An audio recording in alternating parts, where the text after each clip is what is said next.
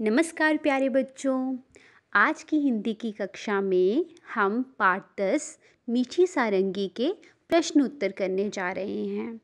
हमने ये पाठ बहुत अच्छे तरीके से पढ़ लिया है, तो अब हम कुछ प्रश्न जो हैं उनके जवाब ढूंढेंगे। तो सबसे पहला प्रश्न है, गांव वाले कहते थे कैसी मीठी सारंगी है, इसका क्या मतलब है? सही बात पर सही का निशान लगाओ।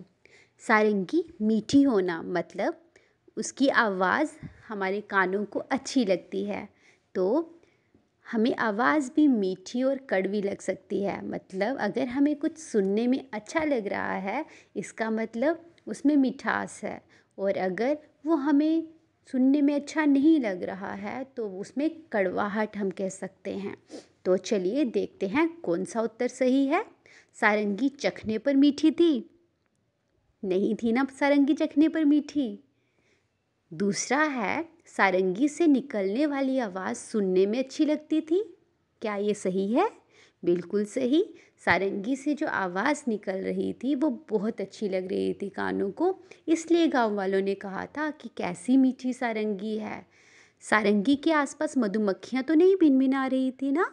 तो इन तीनों में से सही उत्तर है, सारंगी से निकलने वाली आवाज़ सुनने में अच्छी लगती है।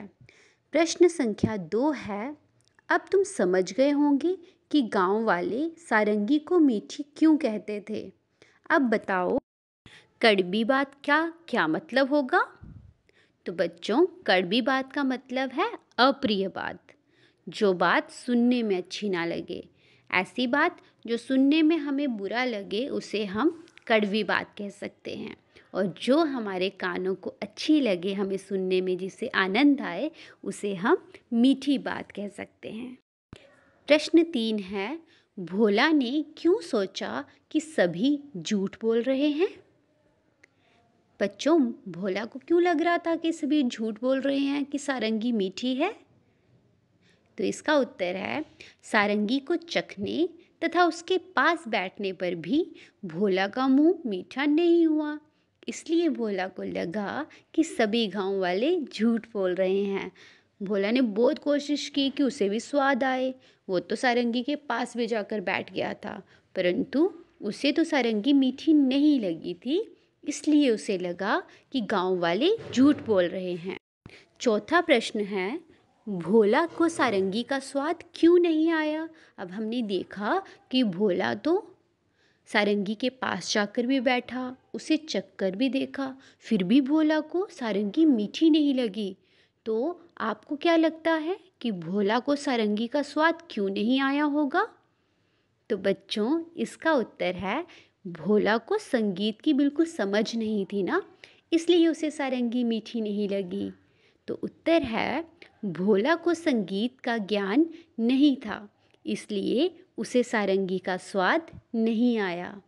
तो चलो बच्चों, प्रश्न नंबर 5 पर चलते हैं।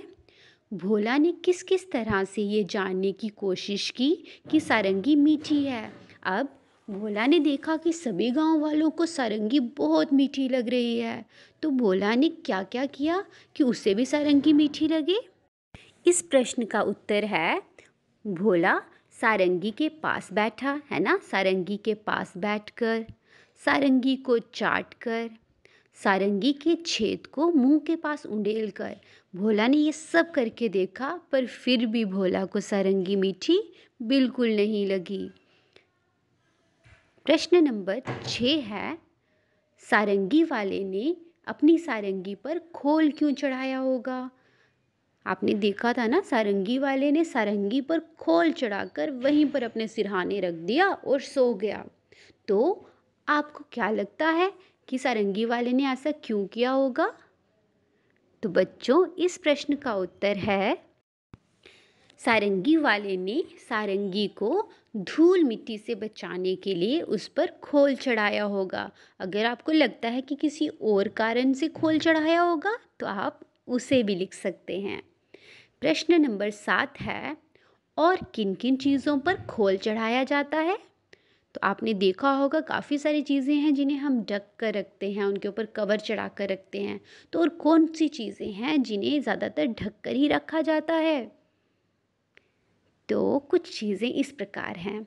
कॉपी किताब है ना, आप उस पे खोल चढ़ा कर रखते हैं। रजाई, तकिया, सोफ़ा, गिटार, चश्मा। इसके अलावा और भी बहुत सारी चीज़ें हैं जिन पर हम खोल चढ़ा कर रखते हैं ताकि वो ख़राब ना हो जाए और वो बहुत अच्छे तरीके से ज़्यादा देर तक चले। तो ये कुछ प्रश्न उत्तर थे जिनके उत्तर आपने ढूंढे। धन्यवाद।